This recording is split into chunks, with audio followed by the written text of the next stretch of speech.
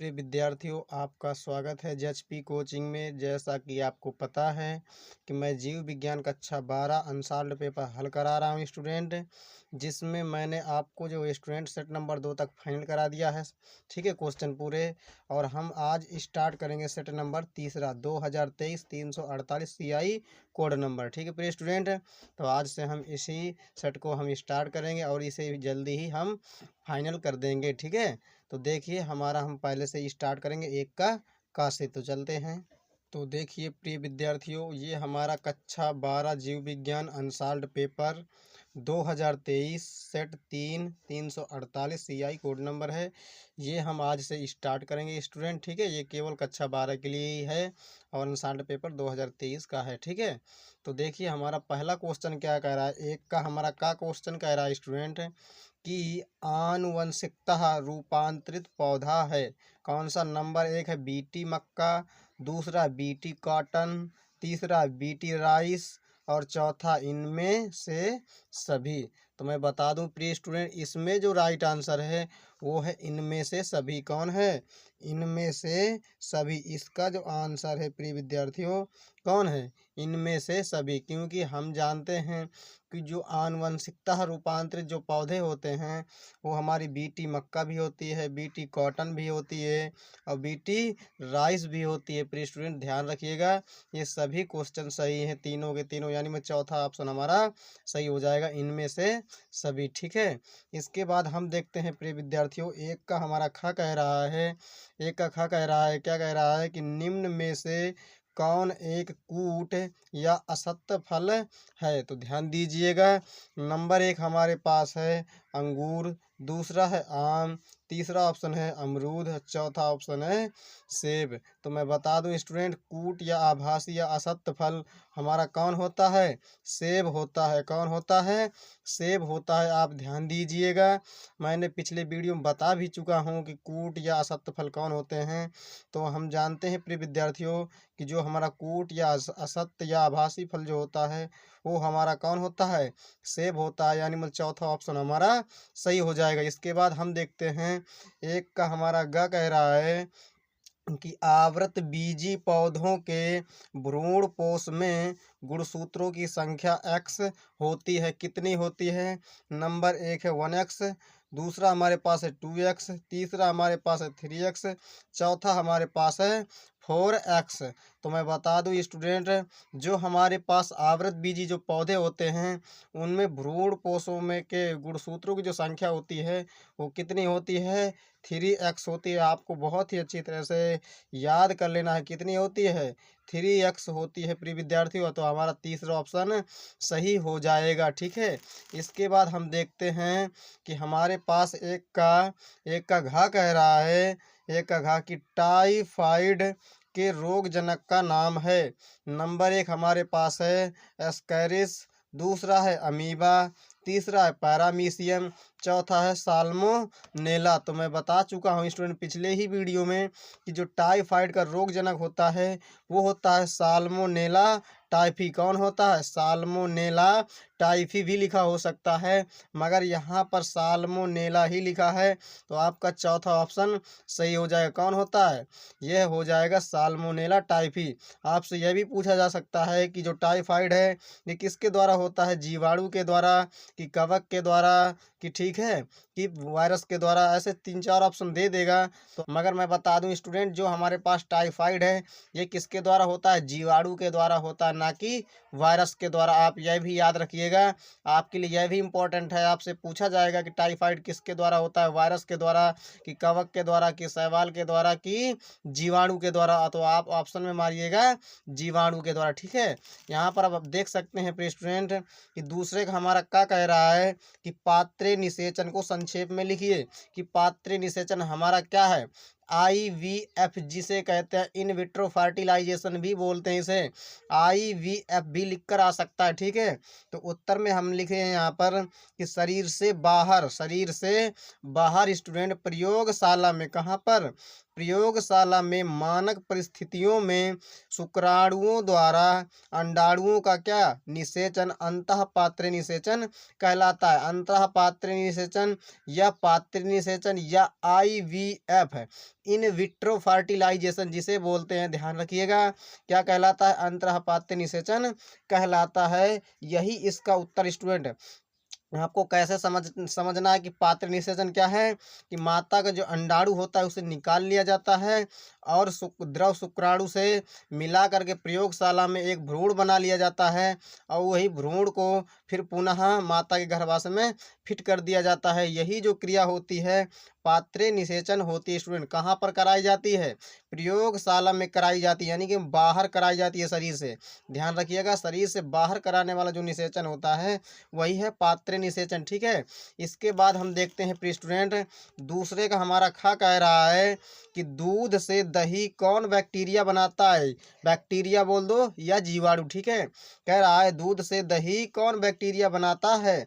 तो उत्तर में हमारे पास है लैक्टोबैसिलस। कौन सा जीवाणु होता है स्टूडेंट जो दूध से दही बनाता है?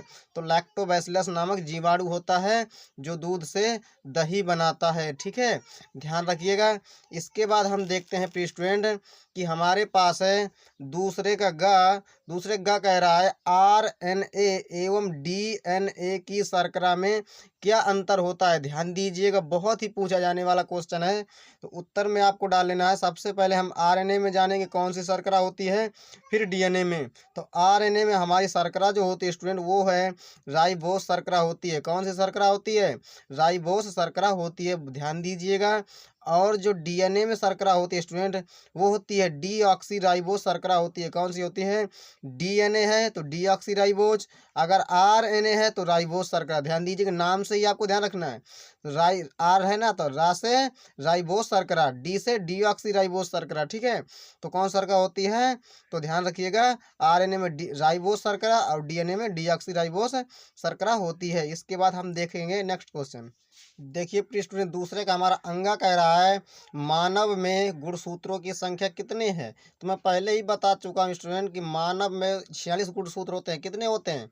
46 गुणसूत्र होते हैं। आप बहुत ही अच्छी तरह से याद रखिएगा, ठीक है। हम चलते हैं इसके बाद नेक्स्ट क्वेश्चन की तरफ। देखिए प्रिय स्टूडेंट, तीसरे का हमारा क्या कह रहा है कि मानव शुक्राणु का एक नामांकित चित्र बनाइए। क्या क्वेश्चन कह रहा है कि जो मानव का शुक्राणु है उसका नामांकित चित्र बनाना है, तो हम बनाए दे रहे हैं। देखिए प्रिय स्टूडेंट, यह हमारा शुक्राणु की संरचना है। ध्यान दीजिएगा, आपको यही बनाना है और इसी का आपको स्क्रीन शॉट आपको ले लेना है स्टूडेंट। आप ध्यान दीजिएगा, ये जो हमारी पास लंबी जो संरचना दिख रही है ये क्या स्टूडेंट? ये पूंछ है। ये क्या है? पूंछ है जो शुक्राणु को गति प्रदान कराती है, ठीक है। आपको ध्यान देना, इस भाग में हमारे जो ये बने हुए हैं इन्हें कहते हैं माइटोकॉन्ड्रिया। ये क्या है? Mitochondria student. यहाँ पर ऊर्जा होती है, ठीक है। यहाँ पर देखिए ये पूरा पूरा हमारा क्या मध्य का भाग है, बीच का भाग है, ये सबसे लास्ट का भाग होता है। और ये हमारे पास जो क्या स्टूडेंट शीर्ष है ये पूरा का पूरा। तो आपको इसी प्रकार पूरा बना लेना है। ये हमारा अग्रपिंडक होता है। आपको पूरे के पूरे नाम नहीं लिखना है, ठीक है। आपको मेन नाम लिख देना है। जैसे ये हमारे पास क्या है? पूंछ है।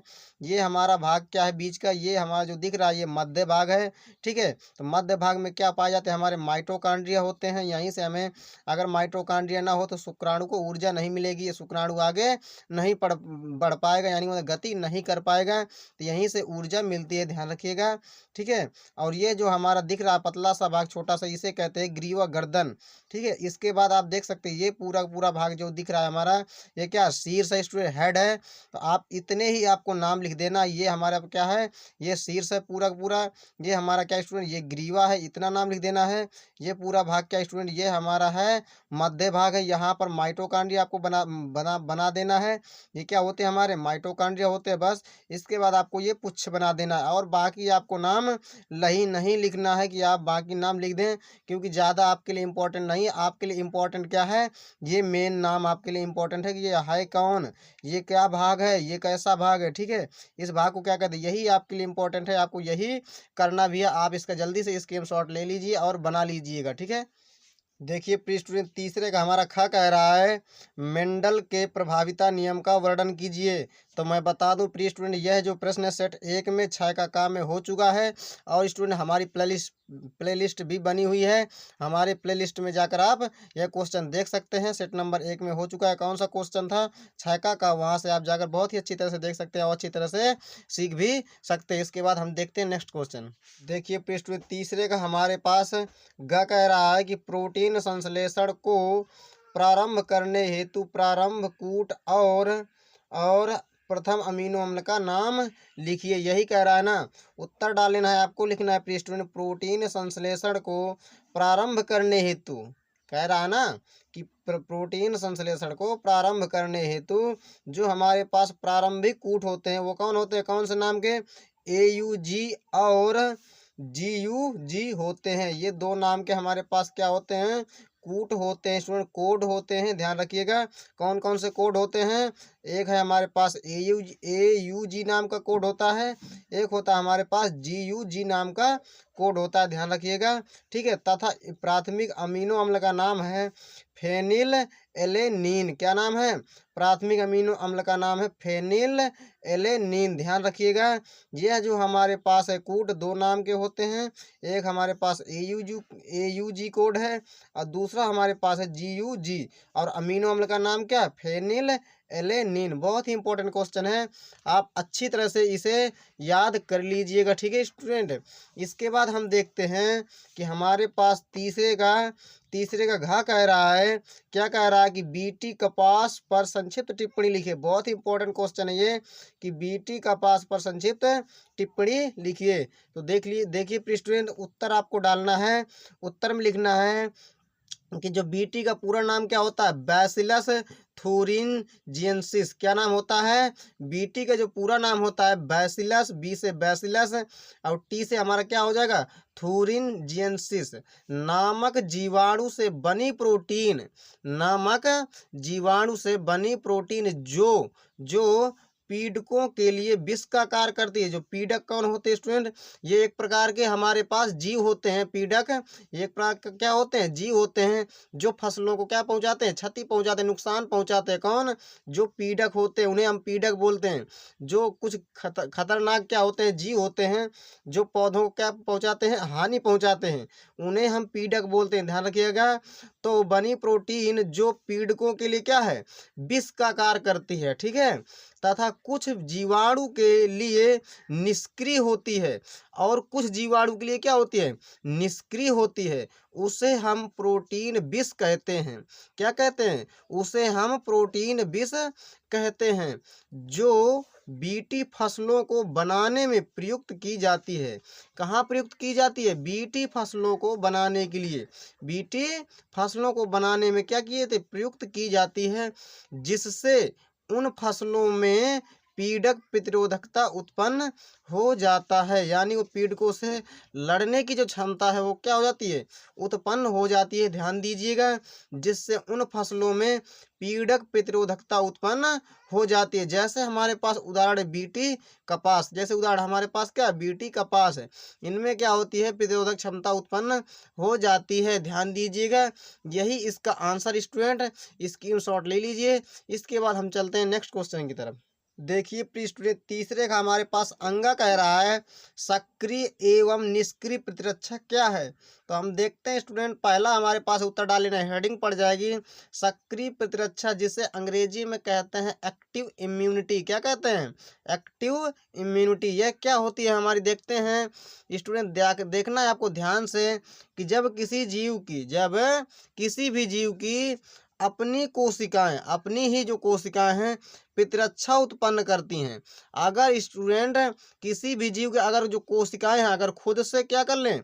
प्रतिरक्षा उत्पन्न करती हैं, प्रतिरक्षा या एंटीबॉडी अगर उत्पन्न करती हैं, प्रतिरक्षा क्या बोलते हैं हम? एंटीबॉडी भी बोलते हैं। ध्यान रखिएगा, तो प्रतिरक्षा उत्पन्न करती हैं तो यह सक्रिय प्रतिरक्षा कहलाती है। जैसे स्टूडेंट अगर कोई भी जीव है, अगर उसमें क्या है? दूसरा जीव अटैक कर रहा है, उसके शरीर के अंदर अगर जा रहा है तो उसी जीव के शरीर के अंदर अगर खुद से खुद जो कोशिकाएं हैं ना, अगर अपने ही प्रतिरक्षा करने के लिए क्या उत्पन्न कर लें, प्रतिरक्षी उत्पन्न कर ले, एंटीबॉडीज अगर उत्पन्न कर लें, तो उस प्रकार की प्रतिरक्षा को क्या कहेंगे, सक्रिय प्रतिरक्षा कहेंगे। ठीक है स्टूडेंट। और हमारे पास दूसरी कौन है, निष्क्रिय प्रतिरक्षा, जिसे हम कहते हैं पैसिव इम्यूनिटी अंग्रेजी में कहते हैं। ठीक है। इसमें क्या जानना है कि जब शरीर की रक्षा के लिए बने बनाए एंटीबॉडी सीधे ही शरीर को दिए जाते हैं, तो यह क्रिया क्या कहलाती है, यह है निष्क्रिय प्रतिरक्षा कहलाती है। क्या कहलाती है, निष्क्रिय प्रतिरक्षा कहलाती है। इसमें क्या स्टूडेंट, इसमें खुद शरीर हमारा क्या कर रहा है, खुद हमारा शरीर जो है प्रतिरक्षा नहीं कर रहा है, यानी एंटीबॉडीज उत्पन्न नहीं कर रहा है। इसमें क्या कर रहा था, इसमें जो कोशिकाएं हैं खुद में खुद एंटीबॉडी उत्पन्न कर रही थी लड़ने के लिए, जो हमारे पास जीवाणु अटैक कर रहे हैं उनसे लड़ने के लिए खुद हमारे पास कोशिकाएं अगर प्रतिरक्षा यानी एंटीबॉडी उत्पन्न कर रही हैं, तो उसे हम कह देंगे सक्रिय प्रतिरक्षा। अगर उन्हीं जीवाणुओं से लड़ने के लिए, अगर हमें उन्हीं जीवाणुओं से लड़ने के लिए अगर बाहर से कोई दवा ले रहे हैं, कोई भी एंटीबॉडीज अगर ले रहे हैं सीधे शरीर में, तो उस प्रकार की प्रतिरक्षा को क्या कहेंगे, निष्क्रिय प्रतिरक्षा कहेंगे। निष्क्रिय प्रतिरक्षा जिसे हम पैसिव इम्यूनिटी बोलते हैं। वही लिखा है कि जब शरीर की रक्षा के लिए, अगर हमें शरीर की रक्षा करना है के लिए बने बनाए अगर एंटीबॉडीज, जो कोई भी हमारे पास एंटीबॉडीज हो सकते हैं बने बनाए, जैसे हमारे पास गोलियां वगैरह हैं, एक से दवा वगैरह आती है ना, तो बने बनाए एंटीबॉडी सीधे ही शरीर को दिए जाते हैं, सीधे ही किसको, शरीर को दिए जाते हैं, तो यह निष्क्रिय प्रतिरक्षा कहलाती है। ठीक है प्रिय स्टूडेंट। इसके बाद हम देखते हैं चौथे का हमारा क्या कह रहा है, मलेरिया परजीवी के जीवन चक्र का स्वच्छ एवं नामांकित चित्र बनाइए। तो मैं बता दूं प्रिय स्टूडेंट, यह प्रश्न सेट 2-5 का घ में हो चुका है। हमारी चैनल में प्लेलिस्ट बनी है, वहां से आप जाकर देख सकते हैं, आपको यह क्वेश्चन जरूर मिल जाएगा। ठीक है प्रिय स्टूडेंट। इसके बाद हम देखते हैं कि हमारे पास है कौन सा क्वेश्चन है, 4 का ख। 4 का ख क्वेश्चन कह रहा है कि पुष्पी पौधों में मादा गुरु बीजाणुधानी बीजांड जिसे कहते हैं का युग्म कोदभिद जिसे कहते हैं भ्रूण कोश सहित नामांकित चित्र बनाइए। यही क्वेश्चन कह रहा है ना, तो हम देखते हैं इसका चित्र। तो देखिए प्रिय स्टूडेंट, ये पूरा का पूरा हमारे पास एक चित्र दिख रहा है। ये किसका चित्र है, ये जो हमारे पास चित्र है स्टूडेंट, ये है भ्रूण कोश का चित्र। किसका चित्र है ये पूरा का पूरा जो चित्र आपको दिख रहा है, इतना जो चित्र है ये गोल गोल, ये किसका, भ्रूण कोश का चित्र है। और ये जो पूरा चित्र आपको दिख रहा है, ये जो चित्र बाकी आपको दिख रहा है, इसके अलावा इसे क्या कहते हैं, बीजांड का चित्र, किसका, गुरु बीजाणुधानी का चित्र है। मगर वो क्वेश्चन में कह रहा था बिल्कुल साथ साथ दोनों को दिखाना है।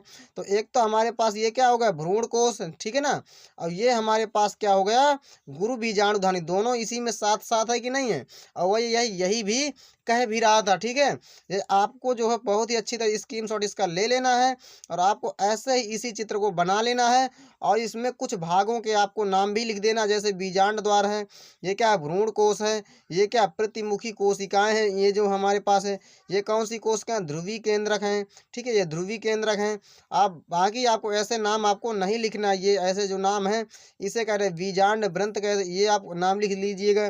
ठीक है। और ये हमारे पास क्या स्टूडेंट निभाग है, इस भाग को नाम लिख दीजिएगा, मेन आपको लिख देना है। ये क्या बीजांड काय है, ये जो भाग दिख रहा है, बस आपको ऐसे ही भागों के नाम लिख देना है मेन। ठीक है। और यही चित्र इसका स्क्रीनशॉट ले लीजिए और बहुत ही अच्छी तरह से बना लीजिएगा। चलते हैं नेक्स्ट क्वेश्चन की तरफ। देखिए प्रिय स्टूडेंट, 4 का हमारे पास ग कह रहा है, घरेलू खाद्य पदार्थों के उत्पादन में किन्हीं 3 सूक्ष्म जीवों की भूमिका का वर्णन कीजिए। बहुत ही इंपॉर्टेंट क्वेश्चन है। तो चलते हैं हम अपने आंसर की तरफ। तो देखिए प्रिय विद्यार्थी, उत्तर है पहला हमारे पास है जीवाणु लैक्टोबैसिलस लैक्टिक। क्या है, लैक्टोबैसिलस लैक्टिस है। ठीक है। तो इसमें आपको लिखना है यह जीवाणु दूध में पाया जाता है। कहाँ पाया जाता है, लैक्टोबैसिलस जो नामक जीवाणु होता है वो कहाँ पाया जाता है, दूध में पाया जाता है। ठीक है। यह दूध में पाई जाने वाली शर्करा, यह जो दूध में पाई जाने वाली शर्करा कौन सी है, लैक्टोस है। आपसे पूछा जाएगा कि दूध में कौन सी शर्करा पाई जाती है, तो आपका आंसर कौन सा हो जाएगा, लैक्टोस। ठीक है।